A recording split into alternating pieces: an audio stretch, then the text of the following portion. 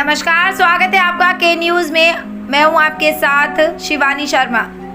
आपको बता दें कि सिद्धू मूसेवाला से लेकर सुखदेव सिंह गोगामेड़ी और गोगामेड़ी से लेकर बाबा सिद्दीकी तक सुरक्षा में एक तरह की चूक जो बयां करती है कुछ और कहानी।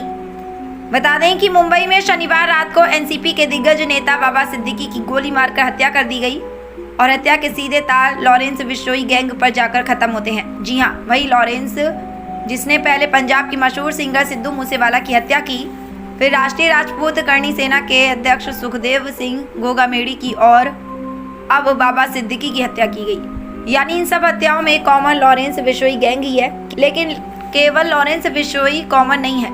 इन तीनों हत्याओं में अगर कुछ और भी कॉमन है तो वो है सुरक्षा। जी हाँ, इन तीनों हत्याओं में सुरक्षा को लेकर सबसे बड़े सवाल खड़े हुए हैं। किसी को सुरक्षा नहीं मिली, किसी को मिली तो ऐन वक्त पर हटा ली गई या सुरक्षा कम कर दी गई। चलिए जरा देखते हैं कि इन तीन हत्याओं को अंजाम देने वाला लॉरेंस बिश्नोई गैंग ने कैसे सुरक्षा चूक को बड़ा फायदा उठाया। सिद्धू मूसेवाला को पहले से लॉरेंस बिश्नोई गैंग का खतरा है। यही कारण है कि उन्हें पंजाब सरकार ने सुरक्षा मुहैया कराई थी, लेकिन एक दिन अचानक सुरक्षा हटा ली गई और ठीक इसके बाद सिद्धू मूसेवाला की सरेआम हत्या कर दी गई।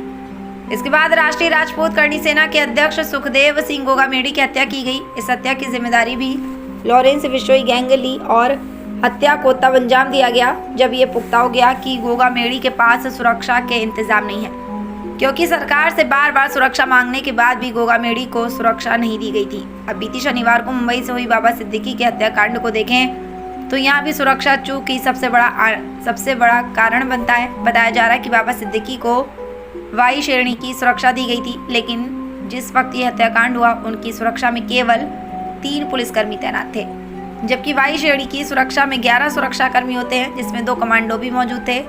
इन तीनों हत्याओं में लॉरेंस बिश्नोई गैंग का हाथ और एक तरह की सुरक्षा चूक दिखती है। लिहाजा अब सवाल खड़े हो रहे हैं कि अगर जेल में बैठा एक खूंखार हत्यारा जिसको जहां चाहे वहां मरवा दें तो कानून का मतलब क्या, और अगर धमकियों के बाद सुरक्षा की कमजोरी का फायदा उठाकर वारदात को अंजाम दिया जाए तो इन भारी भरकम सुरक्षा का क्या फायदा।